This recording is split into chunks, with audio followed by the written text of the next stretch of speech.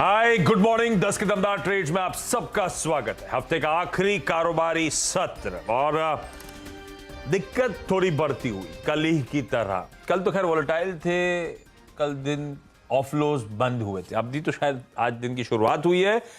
150 point Nifty दबाव में 17,500 के नीचे के टिक्स वापस आपको आपकी स्क्रीन पे नजर आएंगे। निफ्टी बैंक वो पॉकेट जिसमें नर्वसनेस ज्यादा, जिसमें प्रॉफिट टेकिंग थोड़ी सी बड़ी हुई। ऑलमोस्ट 700 अंकों के दबाव के साथ 0.25% की कमजोरी के साथ निफ्टी बैंक इस समय ट्रेड करता हुआ। एक बार जरा निफ्टी की कंट्रीब्यूशन प्लेट लेकर आइएगा। दरअसल हो क्या रहा है, ग्लोबली सेंट्रल बैंक्स के एक्शंस, रिसेशन में जाने का डर, वो सब हावी इक्विटीज पर। ये तो फेड के इश्यूज थे। अभी पिछले शो में हम लोग रुपए पे चर्चा कर रहे थे। केंडे साहब ने बिल्कुल सही कहा। आज सुबह नीरज वाजपेयी से भी चर्चा हो रही थी, तो क्या निकल के आया था कि अब डर रशिया यूक्रेन कॉन्फ्लिक्ट को लेकर है। अभी तक हम फेड के चक्कर में जियोपॉलिटिकल कंसर्न्स को साइडलाइन करे हुए थे, लेकिन जियोपॉलिटिकल कंसर्न्स भी और बढ़ रहे हैं और खासतौर पर रशिया यूक्रेन को लेकर क्राइसिस जो है वो एस्केलेट होने का डर बना हुआ है। तो ना सिर्फ वो रिसेशन का fair because of central bank actions, ऊपर से जियोपॉलिटिकल कंसर्न्स, रिस्क बढ़ रहे हैं और ये सब स्क्रीन पे प्योरली रिफ्लेक्ट होता हुआ। वो रिस्क ऑफ जो है वो कहते हैं इक्विटी से ज्यादा करेंसीज में डेप्थ होती है। तो रुपया ही देख लीजिए आप, रिकॉर्ड लोज पे रुपया इस समय कामकाज करता हुआ। वो फ्लाइट टू सेफ्टी जो है ना ग्लोबली, वो नजर आ रही है। Risk off trades play out हो रहे हैं, वो रुपया भी बखूबी हाईलाइट करता हुआ आपको नजर आएगा। ये सब कंसर्न्स रुपया भी दिखाता हुआ। 81 के अभी भी ऊपर के टेक्स रुपए में कामकाज होता हुआ। कुछ इंटरवेंशन लग रहे हुए हैं, पता नहीं कहना गलत है, लेकिन थोड़ा सा संभलने की कोशिश। लेकिन फिर भी ये न्यू लोज पे, रिकॉर्ड लोज पे रुपया इस समय कामकाज कर रहा है। ब्रेथ एक बार स्क्रीन पे लेकर आइएगा। शुरू जहां हुए थे उसका एकदम मिरर बन गया है। मिरर मतलब उल्टी इमेज आ गई। 3:1 थे एडवांसेस के फेवर में जो शुरुआती टेक्स आए थे, उल्टा हो गया उसका 1:3 का रेशियो हो गया डिक्लाइंस के फेवर में। ऐसे एकदम से तस्वीर पिछले 45 मिनट में बदली है बाजार की।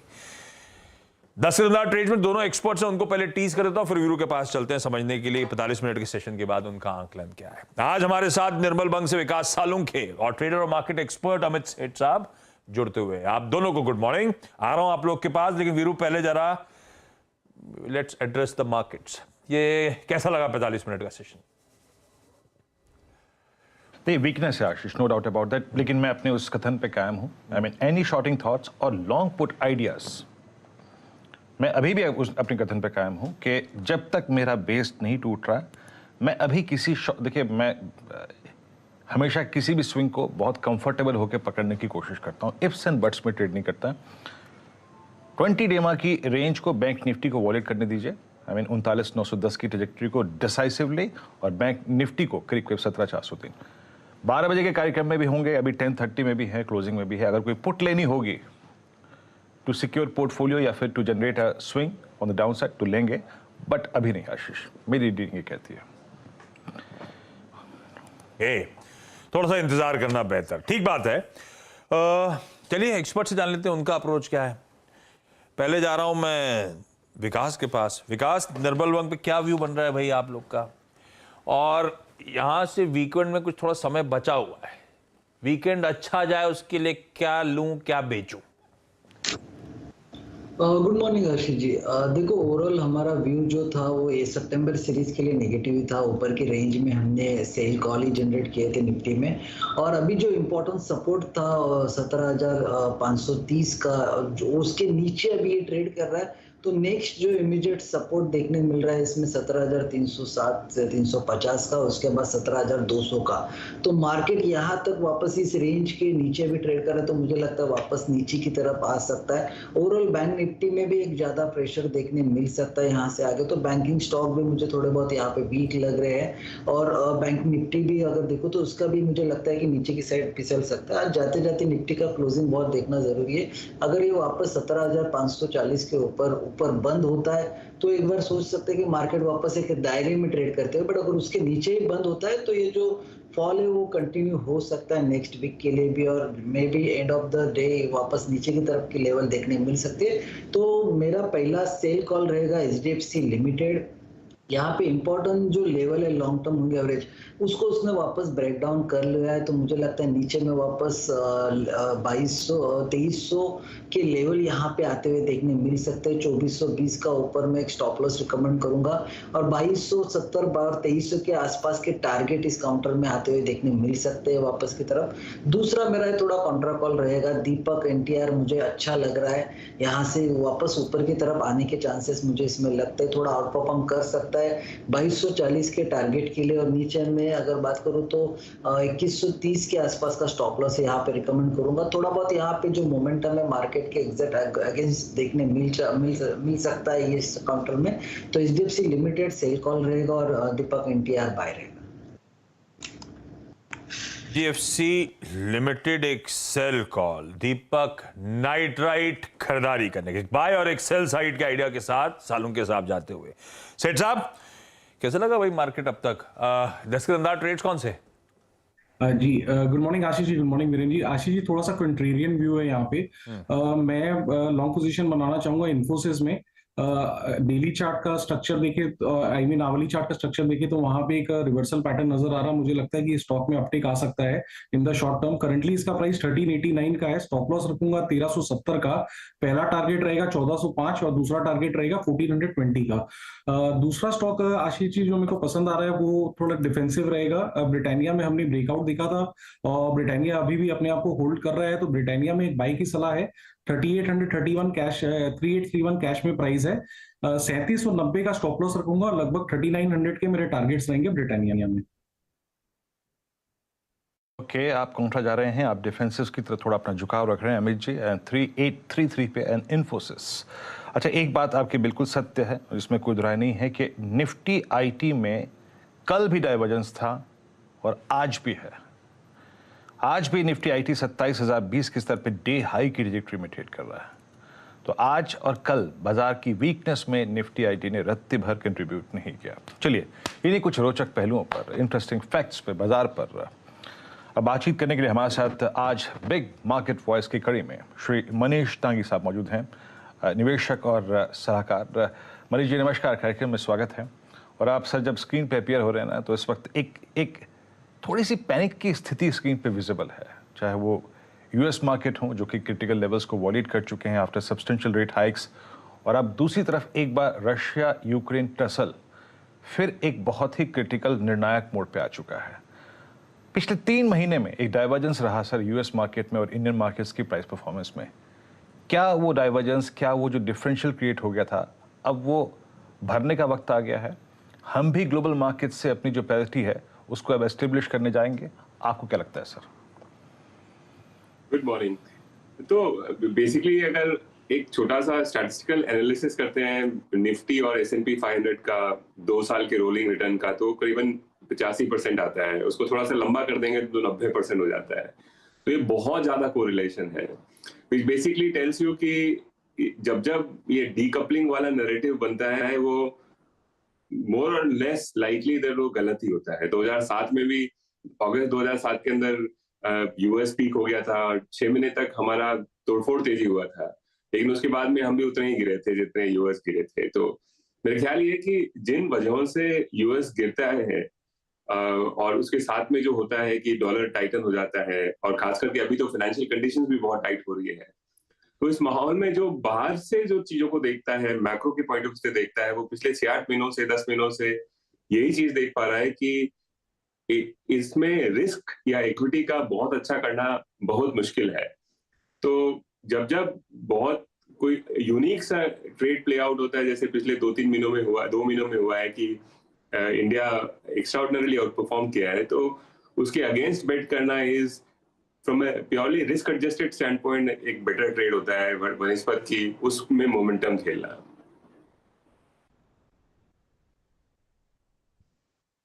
अच्छा सर, एक और चीज़, आई मीन अब हम 2-3 अगर आप देखें पर्सपेक्टिव से इस बाजार को देख सकते हैं, इंडियन मार्केट्स को।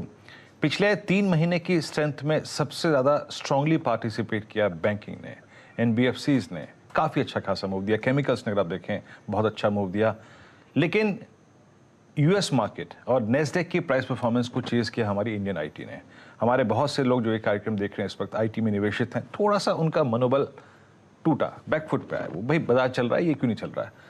अभी आपको क्या लगता है, निफ्टी आईटी जिस ट्रेजेक्ट्री में, या फिर निफ्टी की कंपनी आईटी कंपनियां जिस ट्रेजेक्ट्री में है, ये क्या जोन है, यहाँ से और कितना पेन बाकी है, और या फिर ये प्राइस रिवॉर्ड ज्यादा रखता है सर, आपकी राय?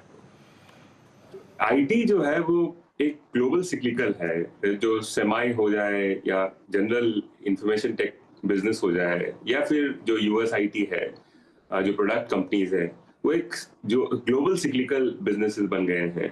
तो उनका रिलेशन एक लोकल इकोनॉमी से बहुत कम होता है, और इसकी वजह से जब जब नैस्डैक या कोरियन मार्केट्स गिरते हैं, ताइवान मार्केट गिरते हैं, तो हमारा आईटी उसमें पार्टिसिपेट करता है, बिकॉज वो प्ले इंडियन इकोनॉमी पे नहीं है, बनस्पत इसके वो प्ले है पूरे दुनिया की इकोनॉमी पे। तो वहां तो बॉटमिंग तभी होगा जब आप यूएस के मार्केट्स, कोरियन मार्केट्स को बॉटम होते देखेंगे, जिसका आप ये आर्ग्यू कर सकते हैं कि नहीं, वैल्यूएशन पॉइंट ऑफ व्यू से काफी बड़ा करेक्शन हो चुका है। जिस तरह के मार्जिन्स वहां की फर्म्स बनाती हैं, उस हिसाब से आज अर्निंग्स, पी मल्टीपल्स और पीबीज जो है वो काफी अच्छे जोन में है। लेकिन अभी तक मोमेंटम और इन्वेस्टर पोजीशनिंग इंप्रूव नहीं हो रही है, और उसकी वजह से you will have to be careful. उसका जस्ट उल्टा जो है वो बैंकिंग और फाइनेंस है, जो प्योर लोकल इकोनॉमी की प्रॉक्सी है। और सेम चीज अगर मैं आपको बताऊं, 2007 में भी सबसे अच्छा बैंकिंग ही किया था। अगस्त 2007 से जनवरी 8 के अंदर करीबन 50% बैंकिंग ऊपर था। तो वो मोर और लेस ट्रेड प्ले आउट हो रहा है कि हमारी लोकल इकोनॉमिक कंडीशन ठीक ठाक हैं, कॉर्पोरेट बैलेंस शीट्स साफ सुथरी हैं, और बैंकों का ठीक ठाक ग्रोथ भी आ गया है। हालांकि बहुत बड़ा ग्रोथ वो इन्फ्लेशन की वजह से है। तो इसकी वजह से बैंकिंग, एक लोकल इन्वेस्टर की एपेटाइट जो है बैंकिंग की तरफ ज्यादा है, क्योंकि वो उसके माहौल को वो रीड कर पा रहा है कि नहीं, यहाँ पे सब चीज ठीक है और यहाँ ग्रोथ भी अच्छी है और नुकसान भी कम होगा, मतलब एनपीएस नहीं होंगे। तो ये डाइवर्जेंस का रीजन जो है वो लोकल वर्सेस ग्लोबल इकोनॉमी का डाइवर्जेंस है। अब इसका उल्टा ट्रेड कब होगा? वो तभी होगा जब आईटी के लिए तो सबसे बड़ा ट्रेडमार्क ये होगा कि फेड पिवट कर दे, कि नहीं, हमारी आज प्रायोरिटी जो है वो ग्रोथ पे वापस फिर से आ गई है, बनस्पत इसके कि इन्फ्लेशन जिसको हम आज टारगेट कर रहे हैं। तो जब तक वो पिवट नहीं आता है, तब तक लोकल आईटी का भी बॉटम आना मुश्किल है। इंटरेस्टिंग। मनीष सर, हाय, गुड मॉर्निंग। ये आपने पिवट की बात छेड़ दी, वो सारा कैलकुलेशन तो गड़बड़ा ही गया। लास्ट पॉलिसी से पहले सब मान रहे थे कि नवंबर तक स्टेप डाउन कर देगा फेड अपने एग्रेसिव रेट हाइस को। कुछ लोग तो कह रहे थे 23 में रिसेशन आएगा, सेकेंड हाफ में हो सकता है कटौती आनी शुरू हो जाए। ऐसा तो कुछ फेड टेबल पे रख ही नहीं रहा, 2024 तक तो ये सिनेरियो बन ही नहीं रहा। तो ये आईटी, मतलब ये फिर ट्रेड ऐसे ही प्ले आउट होता रहेगा क्या? बैंक्स का आउट परफॉर्मेंस आगे भी कंटिन्यू होना है? ये आपने जो कहा, ये सब प्ले हो रहा है स्क्रीन पे, बिल्कुल सही कह रहे हो आप। अभी भी ऐसे ही लगता है कि बैंक यहां से भी फर्दर आउट परफॉर्म कर सकते हैं, आईटी अभी भी ऐसे ही पस पड़ा रहेगा? आशीष, ऐसा है कि मतलब इस तरह के माहौल में कॉन्ट्रा प्ले करना बेहतर होगा अगर रिस्क को आपको एलोकेट ही करना है। तो एक तो पहला व्यू तो है कि आप अपने $100 की पोजीशन अगर आप अमूमन चलाते हैं तो अभी शायद आप $20-30 ही चलाएं। तो पहला रिकमेंडेशन तो एक इन्वेस्टर को ये रहेगा कि आप टोटल रिस्क इस मार्केट में, इस माहौल में जब चारों तरफ इतनी तहस नहस है, तो कम चलाएं। और इस बात को भी समझें कि जो टीना, जिसकी वजह से पिछले 10-12 सालों के अंदर एक बहुत बड़ा फ्लो बना था दुनिया में, कि और कोई उपाय नहीं है कि 0% इंटरेस्ट रेट के ऊपर आप करेंगे क्या, कुछ कहीं भी छोटी मोटी ग्रोथ मिलती हो तो उसको खरीद लें। तो इसके लिए वैल्यूएशंस काफी एक्सपेंसिव हो गई थी। लेकिन आज वो 2 साल का यूएस ट्रेजरी 4% पे मिल रहा है आपको। तो वो जो टीना है वो आज प्ले आउट नहीं होगा। तो इसकी वजह से अब ये रिवर्सल, इन्वेस्टर पोजिशनिंग का रिवर्सल या फ्लोज का रिवर्सल तभी हो पाएगा जब मार्केट में स्टेबिलिटी हो, बॉन्ड मार्केट्स के अंदर स्टेबिलिटी हो। और हिंदुस्तान के मार्केट के अंदर आप यूनिकली कंस्ट्रक्टिव तब हो पाओगे जब 10 साल हमारा जो क्रूड है वो अभी भी इस माहौल में भी $90 के आसपास है। तो अगर वो $65-70 हो जाए तो फिर आप ये प्ले कर सकते हो कि इंडिया का मैक्रो एक्स्ट्राऑर्डिनरीली अच्छा हो जाए, और उसकी वजह से आप शायद इंडिया के बैंक के ऊपर पाइल ऑन कर पाओ।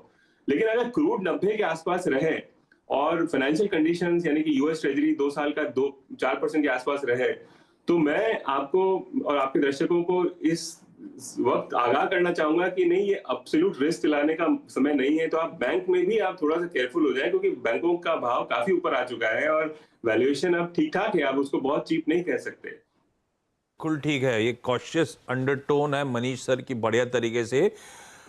और टीना फैक्टर वो था, देयर इज नो ऑल्टरनेटिव, हम ही हैं इमर्जिंग मार्केट्स में, इसके साथ दिक्कत उसके साथ दिक्कत। तो जो हम लोग आउट परफॉर्मेंस की बात करते थे, लोग जस्टिफिकेशन देते थे हमारे साथ, हमारा वक्त तो विकल्प ही नहीं है। पर इवेंचुअली ऐसा नहीं होता कि आउट परफॉर्मेंस ये हम डीकपल होके चलते चले जाए, ये साथ में ही इन टैंडम मूव होता है। मनीष सर क्लियरली हाईलाइट कर रहे हैं, ध्यान रखिएगा। हो सकता है थोड़ा माइनर आउट परफॉर्मेंस अभी आ गया होगा, पर ये मूव फिर करेक्ट भी होते हुए नजर आएंगे। मनीष सर, ये आप डॉलर इंडेक्स कई बार मेंशन कर रहे थे, डॉक्टर साहब ने भी अभी स्क्रीन पर डॉलर इंडेक्स दिखाया 111 प्लस के levels.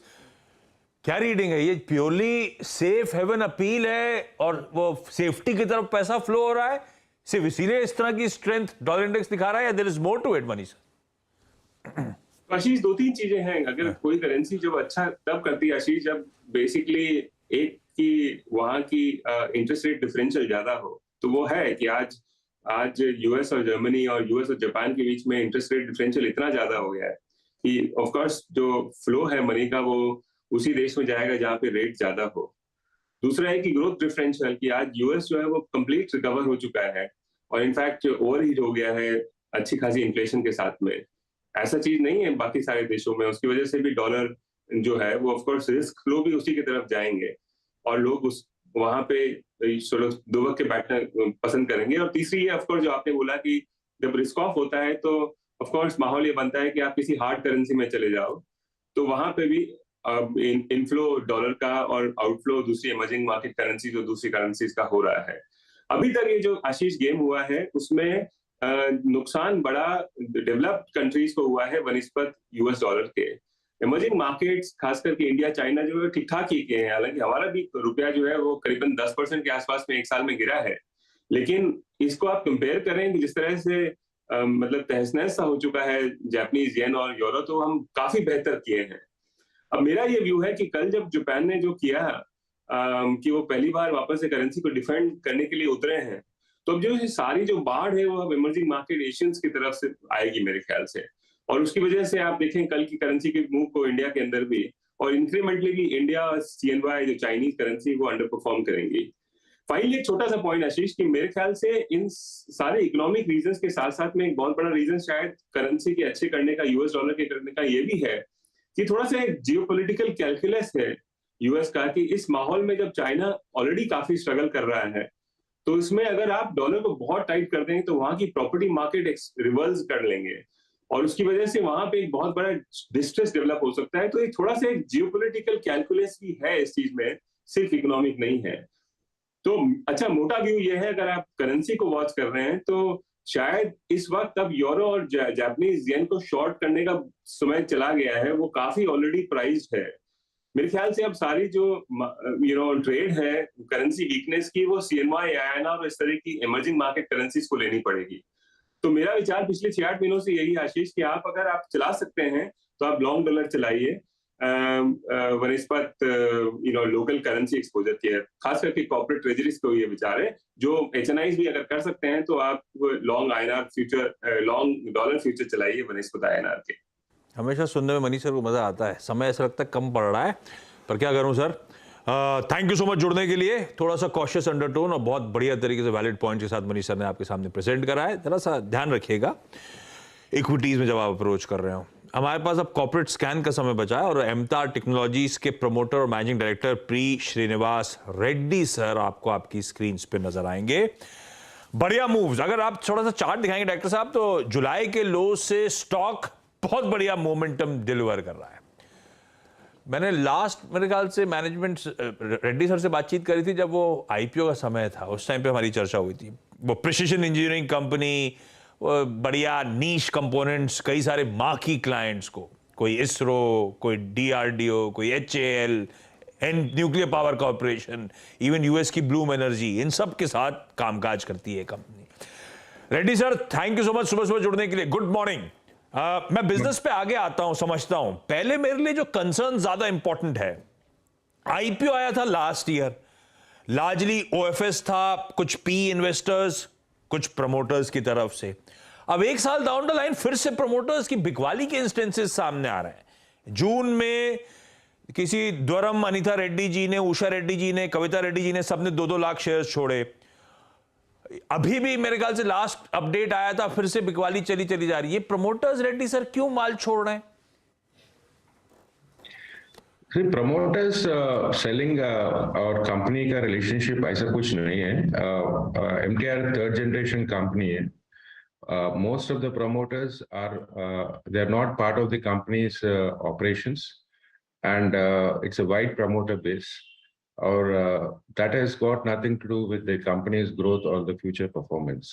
So that's nothing which is in anybody's control at this time, but it's a very small quantities that now and then it's being sold, but that's not going to bother us moving forward as well. आकलन ये promoter families में जो हो रहा है, क्योंकि June quarter over March quarter promoter stake already 279 basis points 0.3% reduce हुआ।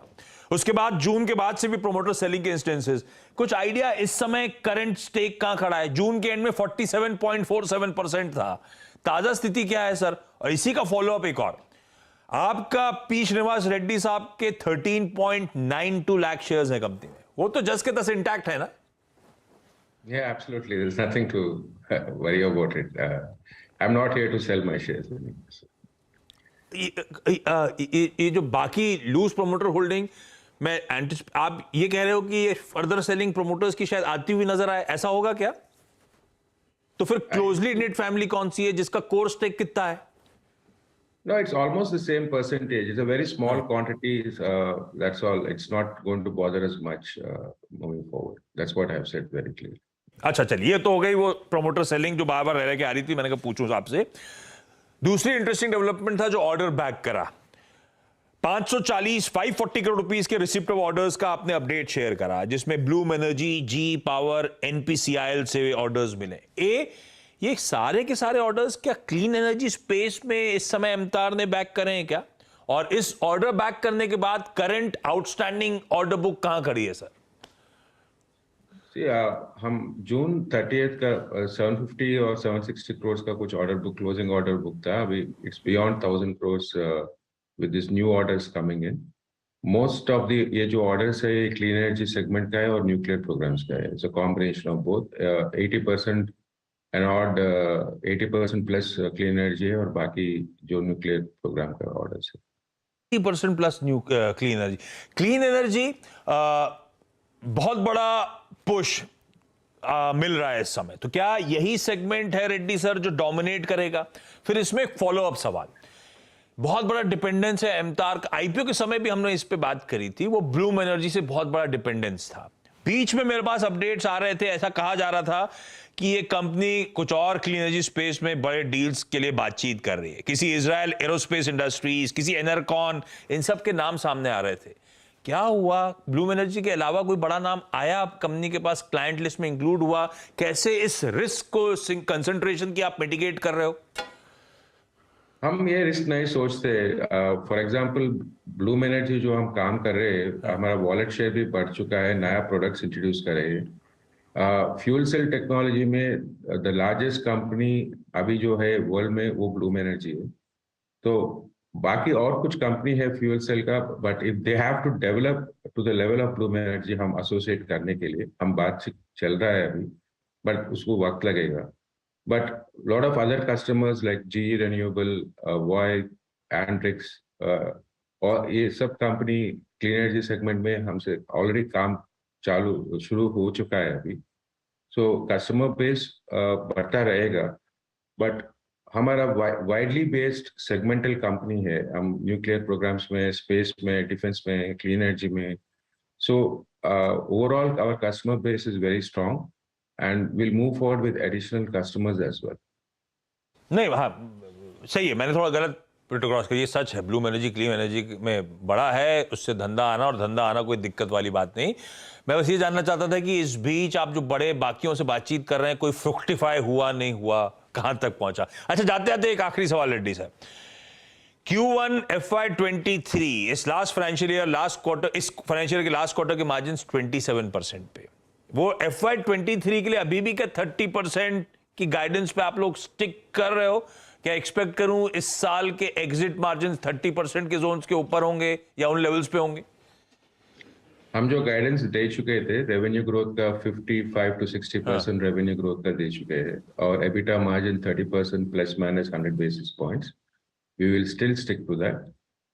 As the quarters progress, we will achieve the end of the year में हम achieve करेंगे 30%.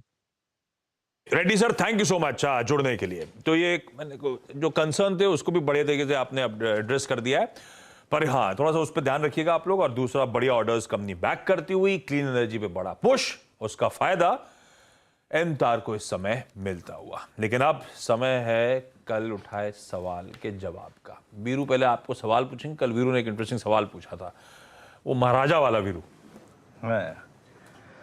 जी आशीष जानते हैं महाराजा के बारे में पढ़िएगा, टाटा के बारे में पढ़िएगा, जे.आर.डी. टाटा जी के बारे में पढ़िएगा।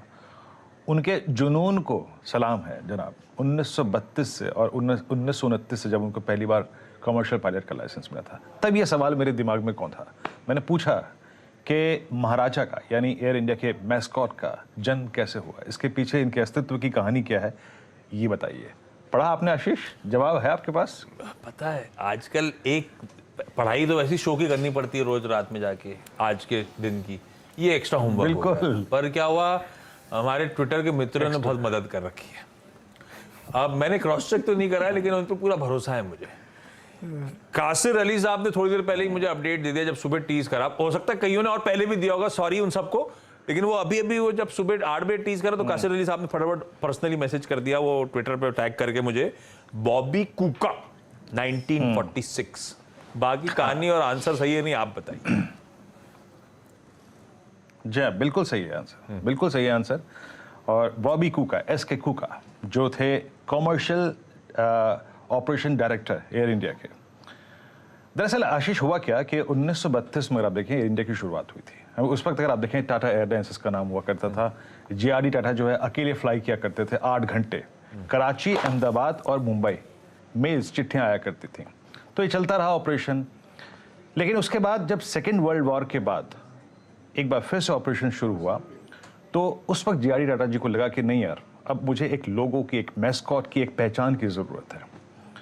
तो उन्होंने एस.के. कुका, बॉबी कुका को कहा कि ये लाहौर में थे उस वक्त, ये बिजनेसमैन भी थे और कॉमर्शियल डायरेक्टर भी थे, कि भाई आप इसका एक मैस्कॉट ढूंढो। तो ये जो आपके स्क्रीन पर एक शख्स हैं पगड़ी पहने हुए, इनका नाम है सैयद वाजिद अली साहब। ये मतलब अब तो वो पाकिस्तान में है, मतलब उस वक्त के वो आए एक टिकट बुक कराने के लिए। और जब जे.आर.डी. टाटा ने उन्हें कहा था कुका साहब को कि आपको एक मैस्कॉट ढूंढना है, तो इन शख्स को देखकर, ये एक बहुत ही बड़े एंटरप्रेन्योर थे पाकिस्तान के उस वक्त के, हालांकि ये उससे पहले की बात है, बंटवारे से पहले की बात है। इनको देखने के बाद उनको श्योर हो गया जनाब के मैस्कॉट में एयर इंडिया के यही आएगा। तो वो एक आर्टिस्ट थे उमेश राव, उनके पास गए और उनका ये फोटो दिखाया कि जनाब मेरे को ऐसा चाहिए कुछ। तो उसके बाद महाराजा का अस्तित्व आया और फिर ब्रांडिंग पूरी की पूरी एयर इंडिया की इसी नाम से हुई, महाराजा के नाम से। आशीष आपको कुछ विजुअल्स और मिलेंगे। महाराजा शायद भारत का सबसे लोकप्रिय ब्रांड बन गया, सबसे लोकप्रिय ब्रांड और सबसे पुराना। इनफैक्ट एयर इंडिया ने जब जब कोई नई उड़ान शुरू करी, चाहे वो हांगकांग की हो, चाहे वो थाईलैंड की हो, चाहे वो न्यूयॉर्क की हो, चाहे वो ऑस्ट्रेलिया की हो, महाराजा को उस थीम में अपीयर करके रखा गया। तो ये है महाराजा की कहानी आशीष। ब्यूटीफुल। ये और वो बॉबी नहीं क्या नहीं, उनको दिखाइए वो जो वाजिद अली साहब को, और ये नया लोगो, पुराना लोगो, सॉरी अभी भी लोगो यही है क्या? अब नहीं दिखते महाराजा। महाराजा एयर इंडिया के पास है, अभी भी अभी भी। अच्छा, तो टाटा उसको महाराजा नहीं गए, तो गवर्नमेंट क्या करेगी महाराजा का? बनाएंगे, कुछ और यूज करेंगे। नहीं। हाँ, लोगो प्रोटेक्टेड है मेरे ख्याल से। शर्तों में आप पढ़ लीजिएगा आशीष, कि जब टाटा को दोबारा दी गई है उसके बाद लोगो प्रोटेक्टेड है। अभी इसको कुछ साल तक रखना है उनको अभी। हाँ, 5 साल के लिए कंटिन्यू, गवर्नमेंट के पास, उसके बाद वापस गवर्नमेंट के पास। ठीक बात, ये हुआ बढ़िया सा आंसर। आज का क्वेश्चन क्विकली, क्योंकि समय निकला जा रहा है। एक्टर साहब दिखाइएगा, एक वीडियो आएगा आप लोगों की स्क्रीन्स पर। नहीं दिखाएंगे क्या? गुस्सा है क्या? हाँ गया नहीं गुस्सा। आसमान में ये क्या है जो तारों की तरह चमक रहा है? ये आसमान में ट्रेन चल रही है, ये क्या है भाई आसमान में? हमको तो ऐसा लगता है कि पानी में बतख जा रही, हो बतखों का सकता है ये झुंड जा रहा है आसमान और ना, और रिफ्लेक्शन हो। प्रोड्यूसर साहब चीटिंग कर सकते हैं आपके साथ, ये नहीं, मैं allowed तो है? ऐसे गेस मार रहा हूँ। ये भी हो सकता है कि बतख bird जा एक के रही पीछे हैं, एक जा बतखों रही की है। एक पूरी क्यू और पानी का रिफ्लेक्शन, ऐसा मेरा अंदाजा है। कई बार सही हो कहीं जाता है। ऐसा बोलते बोलते कहीं आंसर सही ना हो जाए, इसलिए किसी से नहीं पूछ रहा, मैं अपने पैनल से भी नहीं पूछ रहा आज। पर ये काफी ट्रेंड हुआ था वीडियो, ऐसा नहीं कहीं से भी उठाया है, जेन्युइन है, बहुत ट्रेंड हुआ था और इंटरेस्टिंग रिप्लाई इसके पीछे। आप में से कई लोग समझ गए होंगे। क्वेरी आंसर्स भेजिए, मंडे को जब हम लोग मिलेंगे वापस इस समय, तब इसका आंसर आपके। वैसे शर्त भी है कि इस समय सही उत्तर नहीं बताना चाहिए। हाँ?